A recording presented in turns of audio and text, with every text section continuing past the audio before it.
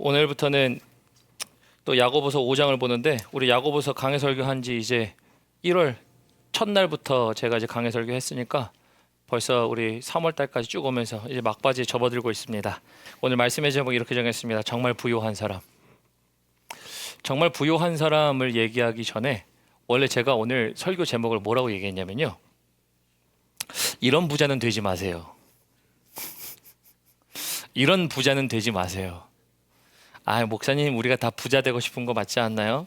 근데 이런 부자만큼은 되지 말라는 것인데요. 이런 부자만큼은 되지 말라고 그러면 이런 부자가 아니라 진짜 원하는 부자는 뭔데요? 그에 대한 대답을 드리려고 생각하다 보니 정말 부자가 무엇인가를 알려드려야 된다라고 생각해서 사실 아침에 여러분들 말씀을 묵상하면서 말씀의 제목을 조금 다르게 바꿔보았습니다. 정말 부자는 누구일까요? 돈 많은 사람이 부자일까요? 여기서 아니라는 것을 알고 있죠. 여기서 정말 부자는 주님께서 부요하게 하신 사람이 부자인 줄 믿으시길 바랍니다. 아멘 소리가 그렇게 활기차게 우리가 바라는 것, 주님이 우리를 부요하게 하시면 세상에 누구보다 부자인 줄 믿습니다. 네, 우리 이 말씀이에요. 이게 결론이고요. 이렇게 부자에 대한 이야기를 오늘 본문 말씀에서 얘기하는데 그 부자에 대한 이야기, 누가 정말 부자인가? 함께 보도록 하겠습니다. 우리 5장 1절부터 봅니다. 우리 5장 1절에 보면 이렇게 되어 있습니다. 들으라 부한 자들아 너희에게 임할 고생으로 말미암아 울고 통곡하라 라고 되어 있죠. 지금 여기 부한 자들의 이야기하고 있으니 이 말씀이 어느 정도 먹고 살 만한 사람들은 그러면은 필요하지 않은 말씀인가요? 아, 나는 부자가 아니야. 그러니까 이건 내 얘기가 아니야. 부자의 기준이 뭔데요? 아까 제가 결론부터 드렸지만 세상의 물질에 대한 부유함의 기준은 다 주님이 말씀하신 기준이 아니라는 걸 알죠? 요즘 제 아들이 AI랑 잘 놀아요. 그래서 목소리로 커맨드를 잘해. 아침 6시 반만 되면은 갑자기 저 밑에서 알렉사 이러면서 갑자기 막 들리기 시작해요. 그러면서 질문을 해. 그래놓고 하루는 저에게 이런 얘기를 합니다. 아빠, 세상에서 가장 부자한 애가 누군 줄 알아? 그러니까 일론 머스크 아니야? 네, 맞아. 6살짜리가 영어로 물어보는 겁니다. 세상에서 가장 부유한 사람이 누구야? 그러니까 AI가 얘기해 줍니다. 일론 머스크. 테슬라를 만든 사람이라고. 그러면서 그런 얘기를 해줘요. 8살짜리가 얘기해도 부유의 기준은 돈이에요. 근데 오늘 본문 말씀은요. 부자냐 가난한 자냐에 대한 얘기가 아니고요.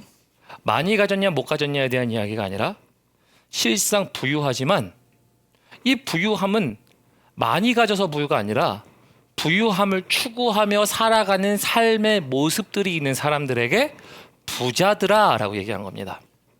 왜 그런가 하냐면요. 이걸 꼭 이해해야 오늘 본문 말씀이 이해가 되는데 오늘 본문 말씀에 부자들아 얘기하지만 여러분 이 야고보가 12지파의 편지를 야고보서를 보낼 때 부자들이 있었을까요? 없었을까요? 잘 모르지만 있을 수도 있고 없을 수도 있죠, 목사님. 그럴 수도 있어요. 근데 물론 A냐 B냐라고 얘기할 수는 없지만 우리가 말씀에 근거해서 볼 때 당시의 부자는 없어야 되는 게 정상과 같은 상황이었다라는 거예요. 없다라는 단정보다 상황을 볼 때는 없어야 되는 게 맞습니다. 왜요? 야고보서 지금 쓰여진 배경이 뭐예요? 야고보서 제가 첫 장 1장 1절 나누기 전에 배경들에 대해서 나눴죠. 배경 나누면서 지금 야고보서가 쓰여진 배경은 뭐예요? 대환란과 핍박 그리고 거기에 대한 고난이 지금 그 교회 위에 있었던 상황이에요.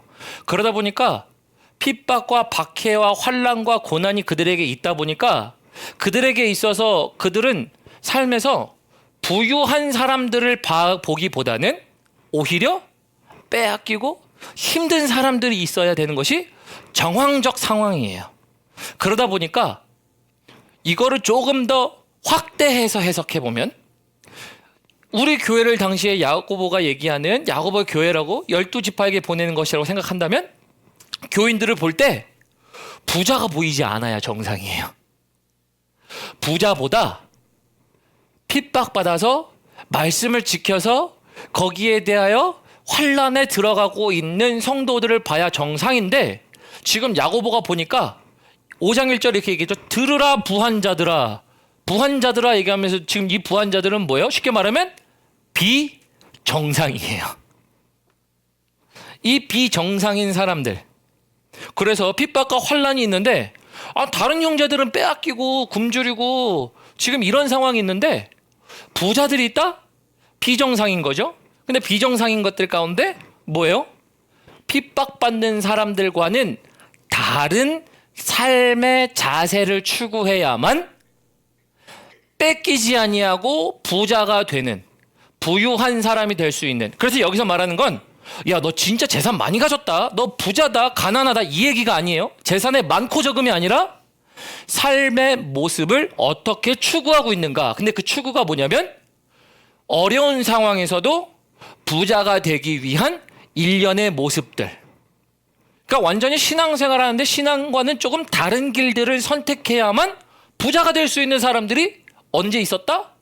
야고보가 얘기하는 이 시간 가운데 있었다. 그래서 여러분들 한 목사님이 이러더라고요. 여러분들 초대교회에 대한 환상을 깨십시오. 이런 얘기 하더라고.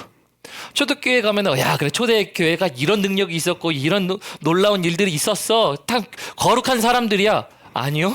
오늘 야고보서 보니까 초대교회에 누가 있어요? 부자들아. 근데 진짜 부자가 아니라 부자가 있으면 정상적이 않은 것이 추론적으로 나와야 되는 이야기인데 부자들이 있대. 야고보가. 그 말은 원래의 신앙에서 벗어나 다른 길을 선택하여 살아가는 사람들이 있다더라 라는 이 사람들에 대한 이야기입니다. 그래서 이 이야기를요 한 책 렛츠고 야고보서라는 이 책을 보면은 야고보서에 대한 강해에 대한 예고를 조금 설명해 놓은 책인데 이 책에서 써놓은 이 목사님이 이렇게 얘기합니다. 이 사람들에 대하여 이렇게 표현하는데 부자들에 대한 표현입니다. 하나님의 뜻에는 관심이 없는 채 어떻게 하면 남부럽지 않게 살 수 있을까 하는 생각으로 골똘, 쉽게 말하면 골머리를 앓는 사람들이지. 생각이 항상 그거야. 그리고 신앙생활을 제대로 하려면 어떻게 해야 하는지에는 관심이 없으면서 세상에서 남보다 잘 나려면 어떻게 해야 하는지에만 관심 있는 사람들이다. 그러니까 여러분 여기에 있는 거는요 부자가 그냥 부자를 얘기하는 게 아니에요. 뭐 일론 머스크처럼 뭐 평생에 쓸 돈이 얼마나 있고 뭐 지금 우주 사업을 하고 있고 뭐 자동차 사업 이런 정도의 많고 적음을 얘기하는 게 아니라 삶에 원래 하나님의 백성이라면 걸어야 할 길들이 있지만 그 길들에서 벗어나 다른 길들을 추구하고 있는 현실의 모습을 너네 부자 비정상인 것을 꼬집으며 얘기하는 거예요. 그래서 이런 사람들이 또 이렇게 얘기합니다. 그런 사람들의 인생을 자기들 생각대로 풀면 전부 부한자가 될 것이다. 그래서 우리가 야고보서 4장 후반절에 보면은 너희는 내일에 우리가 장사할 것에 대하여 얘기하면서 장사에 대한 얘기가 나오잖아요. 어디 가서 이렇게 이윤을 남기리라 이런 것들은 다 뭐예요? 지금 핍박이 있는 상황 가운데서도 내 삶에 어떠한 신앙으로 말미암은 핍박에 대한 길들을 지나가는 것이 아니라 그것을 다른 길로 벗어나 어떻게 해보면 잘 살아볼까라고 하는 사람들에 대한 질타를 얘기하는 게 야고보의 부자입니다. 그래서 이런 부자들에게 이제 이렇게 얘기합니다. 그들의 로망은 부자가 되는 것이다. 그래서 오늘 이 책에서는요. 그렇지. 부자나 가난한 자는 잘못됐고 부자는 맞아. 이런 얘기를 하는 게 아니고요. 부한 자들에 대하여 그들은 꿈이 부자가 되는 로망을 갖고 있다라고 하는 삶의 모습들을 얘기해요. 근데 이들이 어떤 일들을 겪냐면요. 지금 이렇게 됩니다. 우리 5절의 후반절을 볼게요. 너희에게 이 말 고생으로 말미암아 울고 통곡하라. 여기 이 말 고생 동그라미 치세요. 이 말 고생. 5장 1절에 이 말 고생이라고 얘기한다고 한다면 우리가 보통 고생 생각할 때 우리 고생은 뭘 고생이라고 생각합니까? 사람의 수고를 고생이라 그러죠. 우리 모두 인생에서 그럼 고생하면 안 돼, 목사님? 네, 고생해야 돼요. 고생이라는 것이 우리에겐 있습니다. 사람의 수고라는 게 있는 거죠. 그런데 여기서 말하는 것은 사람의 수고로 얘기하는 게 아니라 여기서는 고생, 원어로 보면요. 재난, 비참한 일입니다. 재난과 비참한 일이 앞에 임할이라는 것을 통해서 갑작스럽게 임하다예요. 그러니까 지금 야고보가 뭘 얘기하냐면 교회를 봤는데 부자들이 나오는 게 지금 신앙적으로 볼 때 정상이 아닌데? 근데 그런 사람들이 부자들아라고 하면서 그런 사람들이 보이니까 그런 사람들에게 얘기하면서 너네 이말고생 때문에 울고 통곡해라. 통곡할 만한 일, 즉 회개할 만한 일들이 너네 분명히 있을 거다. 근데 그게 뭐 때문에요? 이말고생. 이말고생은 사람의 수고가 아니라 재난과 때로는 비참한 일. 다시 말하면 하나님의 마지막 날에 심판을 얘기합니다.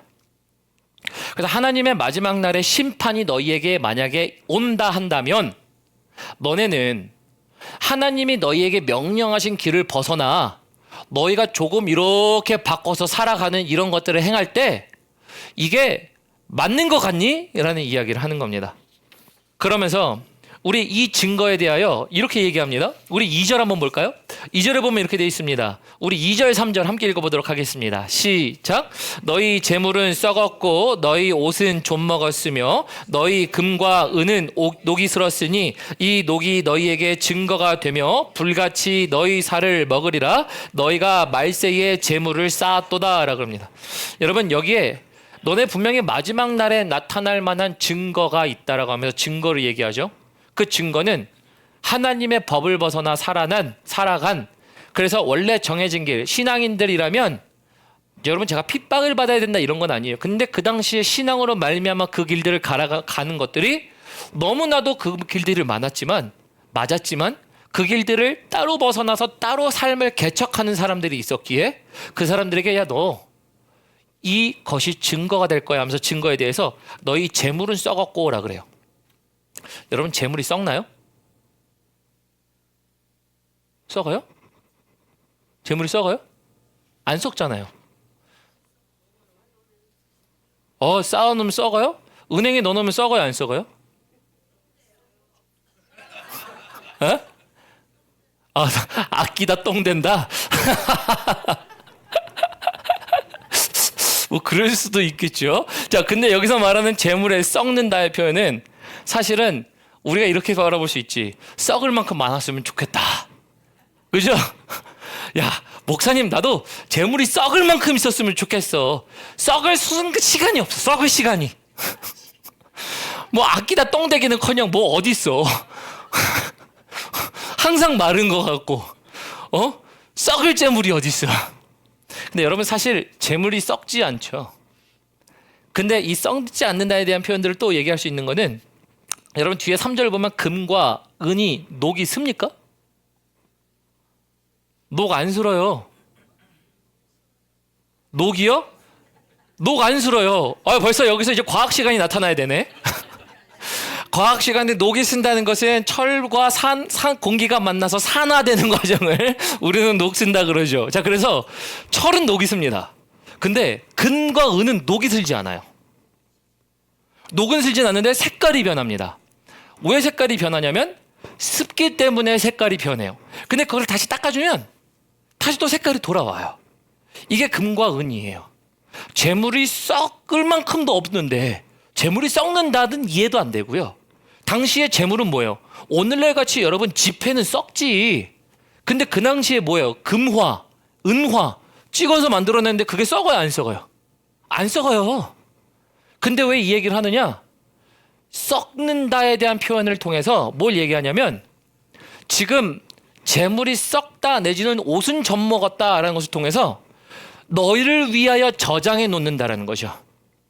지금 여기서 여러분 정말 재물이 썩는다고 쳐요. 안 썩긴 하는데 그래 우리가 100번 양보해서 재물이 썩어. 목사님 잘못 알아요. 썩어요. 근데 썩는다고 해도 우리는 썩을 재물이 어딨어. 이렇게 보통 표현하는 게 우리 삶을 살아가는 사람들 얘기하잖아요.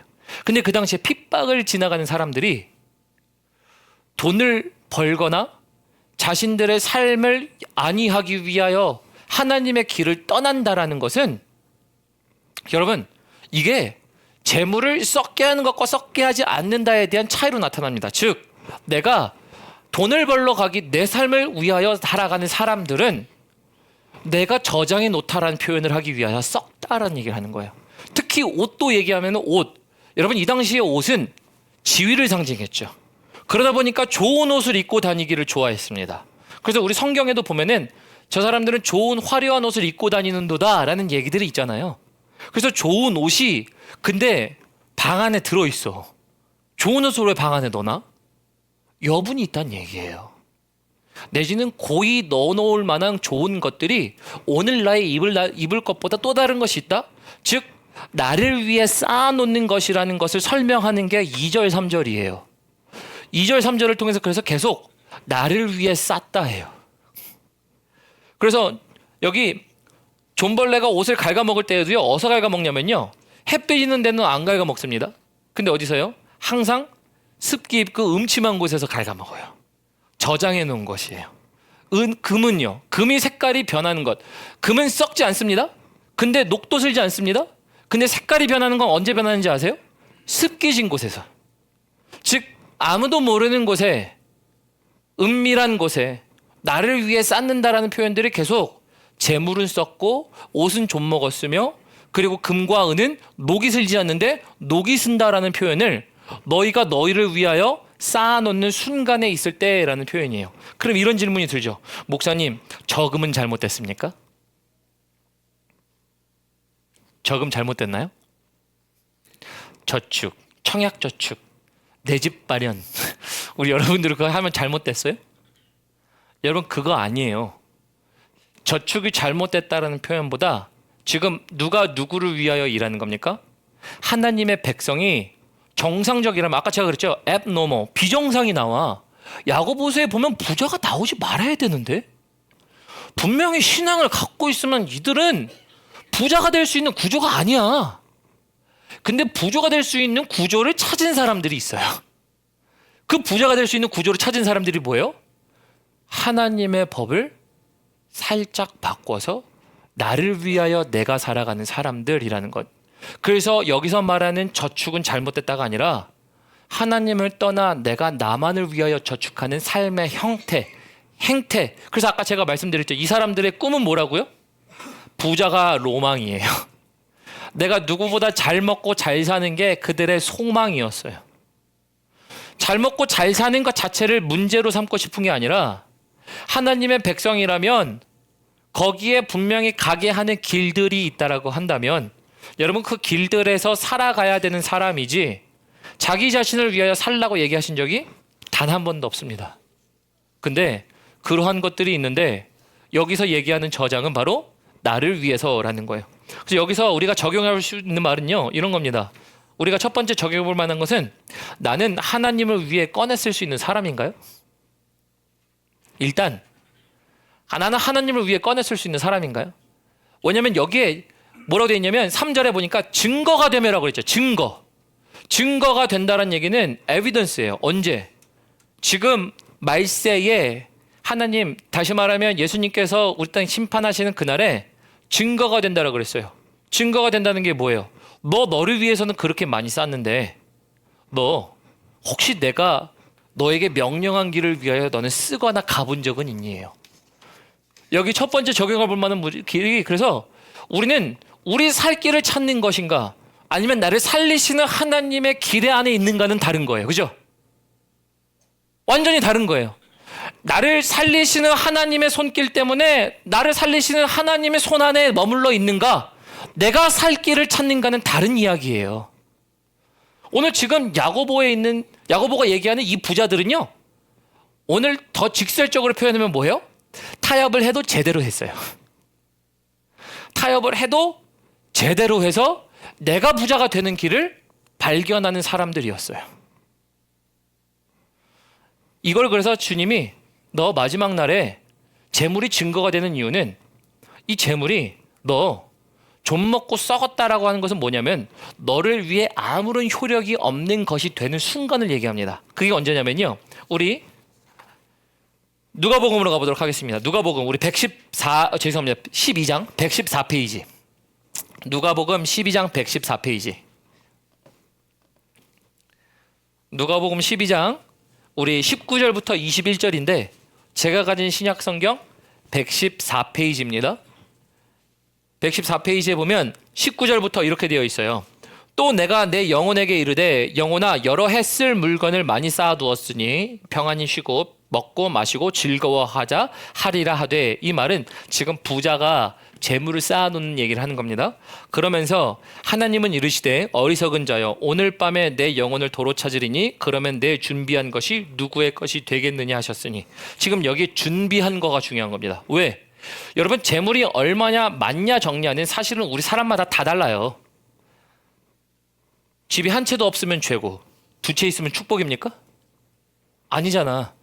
재물이 얼마나 있고 없고냐에 대한 것을 얘기하는 게 아니에요. 여기서 말하는 것은 너 자신을 위하여 준비한, 너만을 위한 길을 간 것. 특히 야고보서에 있는 12지파는 그렇게 되는 것을 상상할 수 없는 사람들이에요. 그런데 그런 사람들이 보여. 그 말을 보면서 이제 야고보는 보는 겁니다. 너네를 위하여 준비한 거, 썩을 것, 누가복음과 똑같이 얘기하는 겁니다. 너가 위하여 준비한 것이 너희를 위하여 한 것이 너희가 마지막 상을 다하는 그날에 너희의 것이라고 생각하느냐? 그러면서 얘기하는 거죠. 21절, 자기를 위하여 재물을 쌓아두고 하나님께 대하여 부요하지 못한 자가 이와 같으니라. 하나님께 대하여 어떻다고요? 부요하지 못하대요. 여러분, 부요나 부유나 똑같습니다. 사실은 뭐 한자어에 대한 조금 차이는 있을 수 있지만, 그러나 넉넉하게 갖고 있다는 표현은 다름이 없어요. 다시 말하면 내가 하나님 앞에 넉넉한 사람이 되지 않을 수 있어요. 언제요? 내가 많은 것을 갖고 있어도. 근데 내가 많은 것을 갖고 있지 않아도 하나님께 부유한 사람이 될 수 있어요. 그래서 오늘 말씀을 묵상하면서 맨 처음에 원래 생각했던 말씀의 제목을 생각 안 할 수가 없었어요. 하나님, 나는 이런 부자는 안 됐으면 좋겠어요. 아무리 재물을 많이 갖고 있어도 마지막 날 주 앞에 그 재물 들고 가지 않을 텐데, 하나님 앞에 갔는데 나는 세상에 있는 거 아무것도 못 들고 왔는데 하나님 앞에 빈손이면 나는 하나님 어떨까요? 라는 생각을 했어요. 하나님 앞에 부유하신 여러분들 되시길 주님의 이름으로 축원합니다. 하나님 앞에 부유한 거는요, 오늘 그래서 첫 번째 드렸던 적용의 질문이에요. 나를 위해서 저장할 게 아니라, 나만을 위해 살 게 아니라 주님이 먼저는 명령하신 그 길 가운데 서 있고, 그리고 거기서도 나는 주님을 위해 꺼내 쓸 수 있는가라는 거예요. 여러분, 사람들이 돈을 번 것을 헌금을 드리는 거 정말 쉽지 않습니다. 근데 11조 같은 경우들도요, 보면 여러분, 돈을 많이 번 사람이든 적게 번 사람이든 11조는 쉽지 않아요. 수입의 10분의 1이라는 포션을 드린다는 것은 정말 쉽지 않아요. 근데 그것을 드리는 것은 뭐예요? 우리가 하나님이 주셨으니 하나님께서 주신 것의 일부를 떼어드려 주님이 주시는 분이시라는 것을 인정하며 주인을 인정하는 행위가 11조 아닙니까? 근데 그러한 모든 것들이 하나님께 드려져야 되는 것이 주님 안에 있는 사람들이라는 것을 우리는 잘 알아요. 근데 주님 안에 있는데도 불구하고 주님께는 드리진 못해. 갑자기 교회에 오면 숫자가 막 벌벌벌 떨려. 아까워. 아깝고 또 아깝도다. 근데 갑자기 내 삶을 위해서는, 나를 위해서는 잘 써요. 여러분, 쓰는 거 문제 얘기하는 게 아니에요. 누리십시오. 사실 수 있는 건 사시고 하십시오. 그러나 지금 여기서 말하는 건 뭐예요? 주 안에 주께서 명령하신 그 길들 가운데 있었던 사람들은 자신의 길을 찾아 떠나는 사람들이 아니라 자신만을 위해서 살지는 않는다는 걸 얘기하잖아요. 이게 벗어난 길을 얘기하는 거예요. 지금 야고보는 벗어난 길이 있어 너네, 이 얘기예요. 단순히 돈 많은 사람에게 정죄하는 게 아니고 돈 없는 사람에게 불행하다는 얘기하는 게 아니라 그것을 구하려 나가는 꿈이 부자여서 너네 길을 개척하는 그들에게 야고보가 얘기하는 것이에요. 여러분, 우리는 마지막이 온다는 걸 알면 재물을 모을까요? 마지막을 준비할까요? 마지막을 준비하죠. 진짜 그냥 너무 정답이니까 잘 쉽게 대답하시긴 하셨는데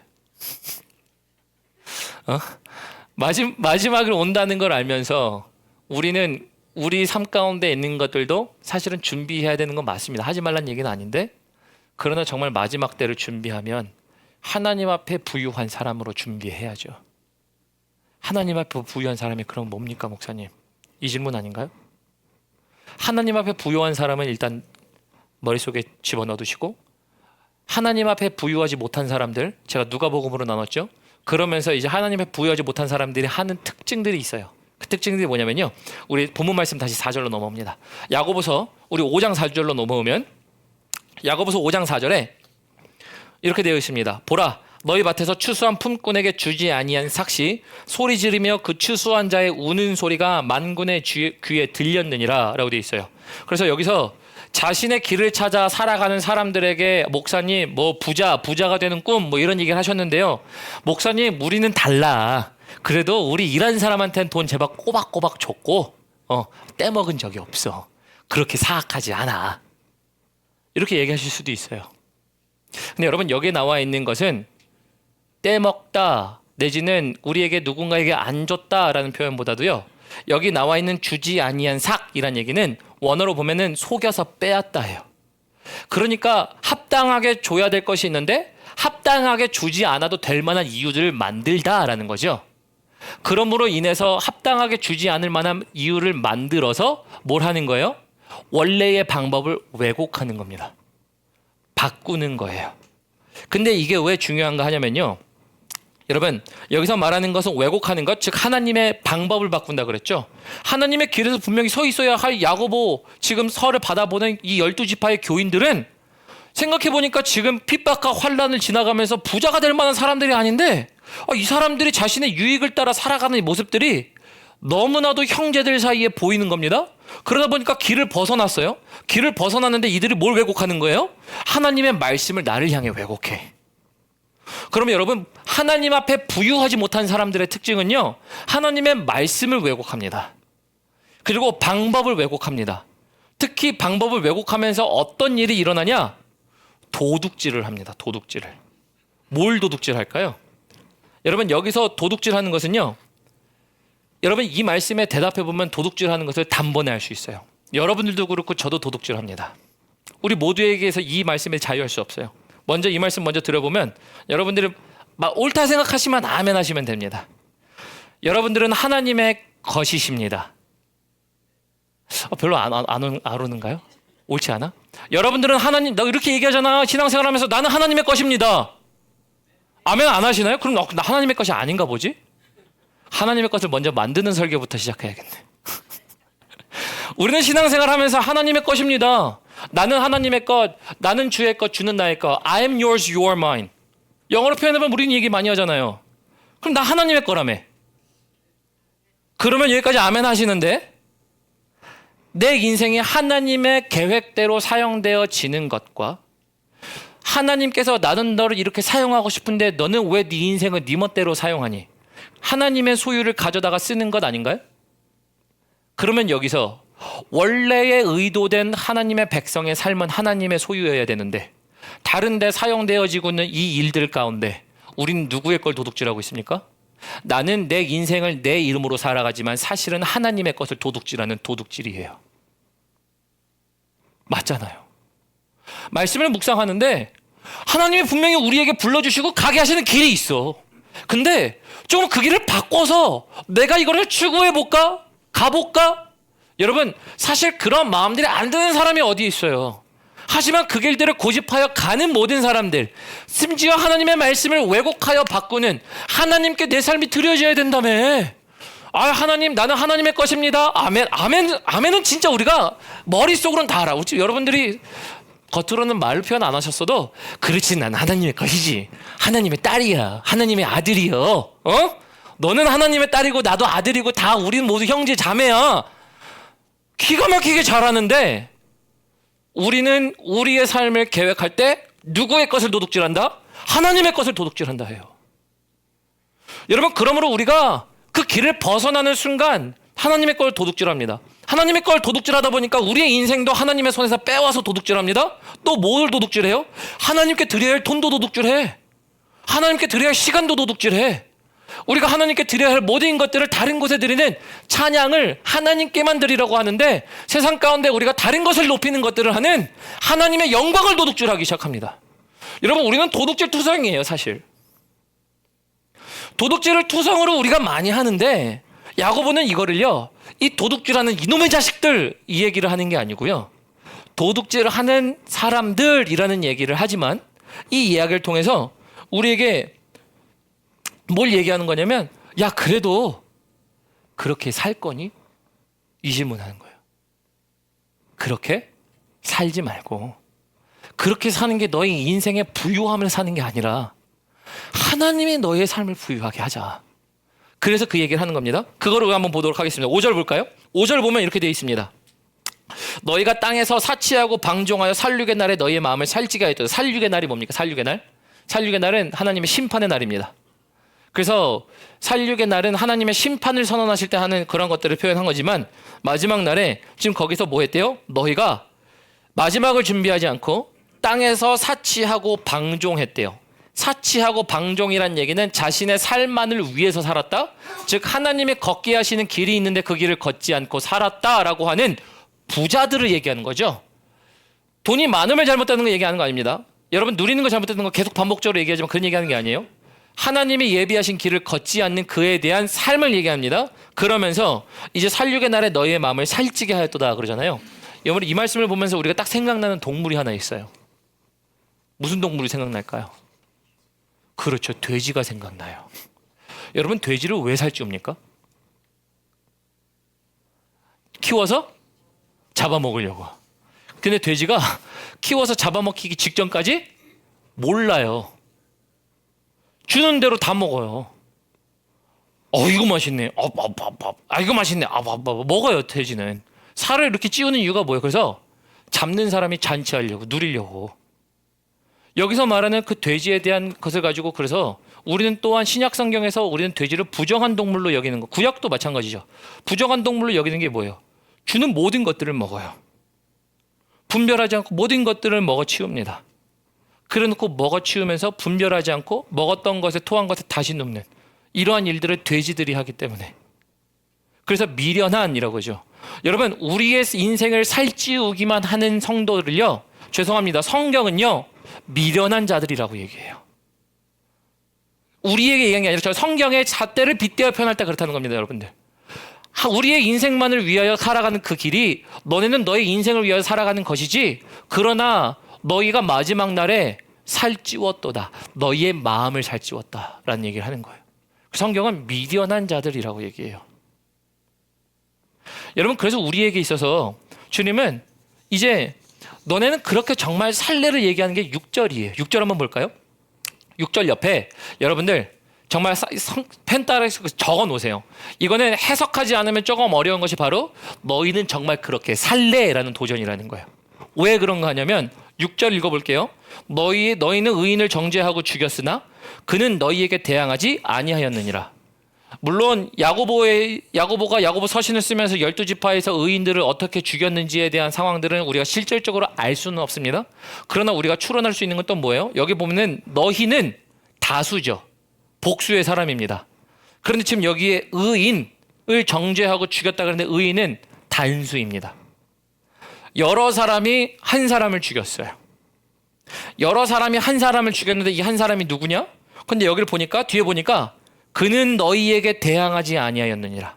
보통 우리가 지렁이도 밟으면 꿈틀하고 쥐도 궁지에 몰리면 고양이를 물잖아요. 그래서 우리도 어떤 사람이 우리를 불편하게 하면 그 불편한 사람들에 대해서 어라 선 넘네? 그죠? 어라? 너 어쭈 이렇게 할래? 너 내가 가만 안 둬? 이런 일들을 하는 게 사람이에요. 근데 우리가 그런데 여기 보니까 이 의인이 뭘 한 거예요? 대항하지 아니하였다. 누굴까요? 단번에 아시겠죠? 이렇게 말씀드리니까. 다수가 한 사람을 죽이고 거기에 대하여 대항하지 아니한 사람? 예수님. 예수님으로 말미암아 지금 야고보가 얘기하는 게 뭐예요? 야, 지금 성도들아, 너희가 지금 핍박의 시대를 살아가는 거 나도 알겠고 믿음으로 살아가야 되는 건 알겠는데 그 아는데 그 길을 먼저 예비하신 이가 누구시니? 예수님 아니니? 십자가에서 피를 흘리며 너희를 위해 죽었다면서 우리가 오늘날로 표현해보면 이런 거죠. 예수님이 우리의 죄를 십자가에서 다 사하셨습니다. 그의 피를 흘리심으로 우리가 온전하게 의인이 되었습니다 라고 하면 우리는 뭐예요? 아멘 합니다. 그렇다면서 그 길을 여셨다면서 그러면 그 십자가의 길을 걸어가야 되는 게 정상이라면 내 길을 내가 추구하며 살지 않는 게 정상이에요. 근데 여기 비정상들이 보이기 시작해. 부자들이 보이기 시작한 거야. 단순히 돈이 많냐가 아니라 누구보다 어떻게 하면 더 잘 살아볼까라고 하는 이 방향을 따라 살아가는 모든 이들이 지금 야고보는 예수님을 얘기하며 야, 예수님이 너희를 어떻게 그 길 가게 하셨는데 너네 그렇게 살 거야? 이 질문이에요. 지금 6절은. 두 번째 질문은 그래서 우리에게 이런 얘기를 하는 겁니다. 날마다 도둑질하는 우리예요. 도둑질을 우리가 왜곡되게 합니다. 하나님께 맡겨진 내 인생이라 하지만 내 인생을 하나님의 손에서 도둑질합니다. 하나님께 물질도 드리고 시간도 드린다 그래요. 근데 당신은 물질과 시간을 도둑질하고 있으면요. 하나님께 찬양을 드리고 그분에게 우리의 마음을 쏟아야 된다 그러는데 그분에게 마음을 드리지 않고 다른 데 쓰고 있으면요. 여러분, 우리는 도둑질하고 있는 거예요. 근데 야고보는 이 얘기를 하는 겁니다. 그것 때문에 이 도둑질하는 이 도둑놈들이 아니라 도둑놈들일지라도 너네 계속 그렇게 살 거니? 그래서 5장 1절에 뭘 얘기하는 거예요? 이제는 들으라. 이제는 들으라. 누구에게? 부자들에게. 그 부자가 재산이 많은 부자가 아니라고 말씀드렸어요. 여러분들에게 그래서 이렇게 말씀드리고 싶어요. 또 한 가지 적용을 해보면요. 여기서 이런 질문을 항상 하는 겁니다. 너네 그렇게 살 거야? 이 질문이 언제요? 도둑질을 하는 순간마다. 여러분, 그래서 우리에게 날마다 질문되어질 부분이 이거예요. 지금 나는 도둑질하고 있는 거 아닌가요? 내가 십자가의 길을 걸어가면 나는 내 인생을 주님께 도둑질하는 게 아니라 원래 정해진 방향을 따라 살아가는데 도둑질하려고 내가 왜곡을 싹 해. 드려야 될 거 안 드려. 드려야 될 거 안 드리는 것 가운데 지금 여러분 딱 생각나야 될 만한 거 제물로 얘기할 때 우리 바리새인과 서기관들이 너희가 부모에게 드려야 되나 너희는 하나님께 드렸다 하면은 그것이 다 되었다라고 얘기한다고 하는 그 말씀들이 우리 신약에 나와 있죠. 그 사람들이 뭘 한 거예요? 부모에게 드려야 될 것을 공양에 대한 책임을 나 하나님께 드렸으니 당신에게 안 해도 됩니다. 뭐예요? 정확한 왜곡이죠. 그러면서 뭘 훔친 거예요? 사실은 영광을 훔친 거고 그리고 지위를 훔친 거고 명예를 훔친 거고 그리고 더 나아가서는 그것으로 말미암은 돈을 훔친 겁니다. 하나님의 것인데. 그래서 그때마다 우리에게 필요한 질문은 그거예요. 너 그렇게 살 거야? 항상 우리에게 질문해요. 두아야, 너 그렇게 살 거야? 이 질문에서 자유할 수 있는 사람이 어디 있어요? 이 질문에서 누구든지 그래 나는 많이 가졌으니까 적게 가졌으니까 얘기가 아니라는 거 아시잖아요. 그러니까 자유할 수 있는 사람은 아무도 없어요. 하지만 이 질문을 통해서 야고보는 뭘 얘기하는 겁니까? 돌이킬 수 있는 길이 있음을 얘기하는 거 아닌가요? 가난해져라는 얘기가 아니라 원래 너에게 맡겨주신 삶을 살아라라는 얘기하는 건 아닙니까? 근데 그러한 사람들이 진짜 부유한 사람들이 되더라라는 거예요.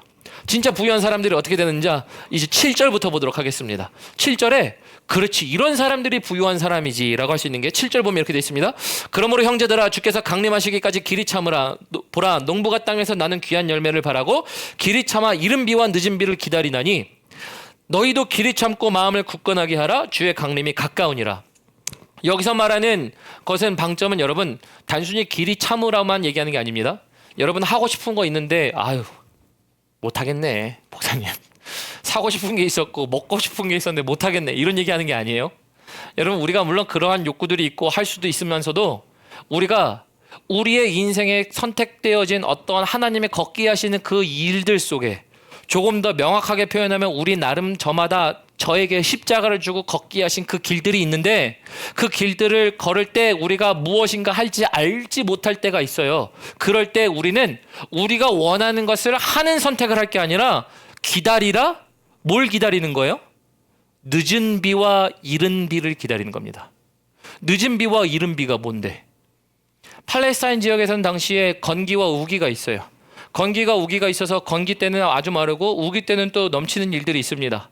그런데 건기와 우기 때가 다 지나가고 그 중간중간 사이에 팔레스타인 땅 그 지역은요. 하늘에서 내리는 비에 의존해야 되는 순간들이 더 많이 있어요. 그러다 보니까 분명히 씨앗은 심었으니 이건 열매는 날 거야. 개런티. 하지만 그 개런티는 나는 심었지만 물이 충분하지 않으면. 근데 농부는 그래서 뭘 바래요? 열매는 있을 건 알지만 그것이 누구에게 달렸다는 걸 알아요? 하늘에서 비를 주시는 하나님께 달렸다라는 것을 알기 때문에 하나님께서 주시는 이른 비와 늦은 비를 참고 기다려요. 말랐는데 걷어버리고 새로운 작물을 심냐? 그죠? 홍수가 나니까 그래 물에 강한 식물을 재배해야겠네. 이런 게 아니라 나에게 주신 그 길들은 내가 지켜가지만 내가 어찌할 바를 알지 못할 때 내가 내 인생을 주님 손에서 훔쳐다가 계획하는 게 아니라 하나님께서 나에게 말씀하신 바를 따라 기다릴 뿐만 아니라 그 기다림이 이른 비와 늦은 비로 하나님께서 열매 맺게 하시는 것이에요. 그리고 제가 찬양 예배 때 나눴죠. 우물에 대한 얘기를 나눴습니다. 야곱이 우물 판 것에 대하여, 그래서 그 우물들을 가지고 이제 자손들이 먹고 마시는 것에 대해 얘기하면서 제가 우물을 얘기했어요. 이삭이 분명히 흉년의 때였는데 흉년의 때에 애굽에 안 간 이유가 뭐였습니까? 얘기했을 때 그때 하나님이 명령하셨습니다라고 그랬죠. 그래서 제가 여러분들에게 말씀드렸던 게 흉년에도 머무를 수 있는 은혜가 여러분들에게 있기를 축원합니다라고 그랬어요. 왜요? 흉년의 때에도 내 장소가 어딘지를 알면 흉년의 때는 힘듭니다. 어렵습니다. 그런데 지나가고 나면 무슨 결실이 있어요? 우리는 성경으로 알잖아요. 100배, 100배에 꽂히지 마세요, 여러분. 30배, 60배, 100배가 중요한 게 아니라 하나님의 이른 비와 늦은 비를 통해 거두지 못하는 것들을 거두게 하시는 하나님의 부요함이 하나님을 기다리는 사람들에게 있다. 다시 말하면 때마다 시마다 주시는 하나님의 은혜가 그 인생들의 위에 있다 해요. 근데 누구에게는 없어요? 하나님 앞에 부요한 사람들은 없어요. 아까 누가복음에 얘기했죠. 하나님 앞에 누가 부요하지 않은 사람들인데, 하나님 앞에 내가 먹을 것을, 오늘 내일 쓸 것을 내가 저장해 놓고 하나님의 인생을 훔치고 하나님의 돈을 훔쳐서 하나님께 드리지 않고 온전히 쓴 사람들에게 하나님이 야 마지막 날 너 그거 네가 다 가져가겠니? 그 가져가서 네가 누릴 수 있겠니? 그래서 하나님이 오늘 누가복음을 통해서도 말씀하시고 야고보서를 통해 말씀하시는 것은 너는 하나님 앞에 정말 부유한 사람이니. 정말 부유한 사람이 누구라고 얘기하는 거예요? 이른 비와 늦은 비, 은혜의 때를 항상 경험하는 사람이 부자인 줄 믿으시길 바랍니다. 그래서 우리 안에 하나님이 하신 일들이 가득하잖아요. 그러면 우리 뭐라고 얘기해요? 사도 바울처럼 얘기할 겁니다. 때로는 고난에 처할 줄도 알고 때로는 내가 풍부에 처할 줄 아는 일체의 비결을 배웠노라. 야, 그 비결 나 좀 알자. 궁금한 비결 아닙니까? 그런데 그 비결은 다른 거 없어요. 우리에게 명령하신 십자가의 길에 우리가 때로는 기다리는 거예요. 기다림이란 시간은 힘듭니다. 때로는 그 장소가 이삭처럼 흉년의 땅일 수 있어요. 불모지일 수 있어요. 여러분, 풍성한 교회가 불모지일 수도 있어요. 풍성한 교회에서 듣는 말씀으로 말하면 하나님은 왜 날마다 나에게 불모지를 말씀하시는 것 같아? 언제쯤이면 이게 끝나고 이제 거두는 희년의 때가 오고 풍년의 때가 올까? 여러분, 기다리는 자에게 주시는 거예요. 기다리는 자에게, 그 길에 지키고 서 있는 자에게 하나님의 것을 훔치지 않고 하나님의 것을 드리며 하나님의 길에 서 있는 자들에게 하나님이 정말 그 사람들이 부유한 사람이다 해요. 세상이 가질 수 없는 것들을 가진 거예요. 내가 할 수 없는 것들을 하나님이 하신 거예요. 여러분, 이게 부유한 사람이 아니고 뭐겠어요? 저 진짜 부유한 이유는 뭐예요? 더 먼 미래를 바라볼까요? 영원한 하나님의 나라를 소유했다라는 것이 돈으로도 가질 수 없는 하나님의 나라에서 영원한 생명을 누리는 정말 부유한 사람 아닙니까? 그래서 여기서 얘기하는 건 부유한 사람이란 하나님의 말씀 속에 왜곡하지 않고 그 안에서 흉년의 때여도 좁사오니 내가 거기 있겠나이다 얘기하는 기다리는 사람들이라는 것이에요. 그 사람들이 부유함을 누립니다. 우리 8절 봅니다. 너희도 길이 참고 마음을 굳건하게 하라. 주의 강림이 가까우니라. 우리 이제 10절 봅니다. 9절 봅니다. 형제들아 서로 원망하지 말라. 그리하여 심판을 면하리라. 보라 심판주가 문 밖에 서 계시니라. 그래서 원망한다라는 얘기는 결국은 원하는 것이 있는데 되지 않을 때 원망하는 거예요. 근데 여러분, 우리가 되든 사람들이 얘기하는 것에 대하여 되든 되지 않든 불만은 품을 수 있지만 결국 그 안에 하나님의 우리가 그 길들 가운데 있다면 사람의 방법이 무슨 상관이 있겠어요? 원망하지 말라는 얘기가 바로 그런 이야기입니다. 우리 11절 봅니다. 보라 인내하는 자를 우리가 복되다 하나니 너희가 욥의 인내를 들었고 주께서 주신 결말을 보았거니와 주는 가장 자비하시고 긍휼히 여기시는 이시니라. 그래서 지금 여기 우리 11절 욥 나오고요. 그리고 10절에 보면은 선지자들 나오죠. 여기서 얘기하는 바는 우리는 이것을 통해 알 수 있다는 거죠. 선지자들이 경험했던 모든 일들을 통해 하나님이 하신 일들은 하나님이 그들을 부유하게 하시지 않으면 그들이 경험 못할 일들의 가득의 연속이라는 것을 알았다는 거예요. 그 말을 통해서 우리는 그 하나님의 부유하심을 누릴 수 있다는 거예요. 제가 지난주에 나눴죠. 우리는 욥처럼 되고 싶지 않습니다. 그래, 욥의 결말은 좋은데 욥처럼 되고 싶진 않습니다. 요셉 얘기하면서 요셉처럼 총리는 되고 싶어서 요셉처럼 감옥에 갇히고 싶지는 않습니다. 이런 얘기 하잖아요. 여러분, 때로는 감옥, 때로는 우리에게 있어서 불모지에 있게 하시고 흉년에 거하게 하시고, 때로는 우리에게 그 과정들을 모두 감당하게 하시는 이유는 그로 말미암아 가뭄과 그리고 우리에게 우기, 비로 말미암아 일어나는 어떠한 때마다 시마다 주어지는 어떠한 정해진 시기가 아니라, 정해진 시기가 아니라도 그것으로 말미암아 결실을 바꾸게 하시는 하나님의 유일하신 은혜로 말미암아 경험될 수 있는 일들을 우리에게 경험케 하시기 위하여. 그래서 그 길을 걸어가면 그들이 세상의 사람들은 경험할 수 없지만 그들은 그 하나님을 경험하더라, 진짜 부유한 자가 되더라 라는 말씀을 드립니다. 말씀을 정리하도록 하죠. 우리 찬양팀 올라오시고요. 우리 함께 우리 찬양하실 거는요, 그래서 우리가 오늘 충만이라는 찬양을 함께 할 겁니다. 우리 충만이라는 찬양을 우리가 함께 할 건데요, 충만을 하면서 여러분들에게 분명히 우리에게 주신 하나님의 도전이 있어요. 우리에게 도전은 부자가 되지 말라는 얘기가 아니라 사실은 우리에게 있어서 너의 길을 너희가 개척할 것이 아니라 하나님이 맡겨주신 그 길을 가라는 그 얘기. 근데 그 길을 가는 것이 힘드니까요, 그때부터 뭘 해요? 왜곡, 훔치기 시작합니다. 우리의 인생이 하나님의 거라면서요. 하나님께 훔치는 저희들이 될 때가 있어요. 야고보는 그럴 때마다 우리에게 이렇게 얘기합니다. 정말 그렇게 살 거야?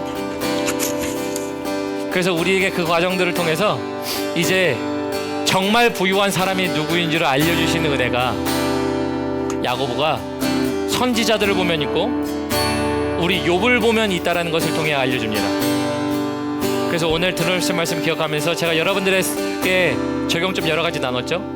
나는 하나님께 하나님의 것을 드리는가, 저장하기만 좋아하고 하나님께 드리지는 아니하는가 라는 말씀드렸고, 나는 하나님이 맡겨주신 그 길들에 나는 서 있는가, 나는 훔치는가 훔치지 않는가, 여러 가지를 말씀드렸는데요. 그래서 우리 하나님께 드림으로 그 길에 서 계심으로 여러분들이 부유한 자가 되는 것이 아니라 여러분들을 부유하게 하시는 우리 하나님의 결과가 흉년의 때에도 바라지 못하는 상황 가운데도 여러분들의 삶 가운데 가득하기를 축복합니다. 우리 이 시간에 우리 함께 찬양해 보겠습니다.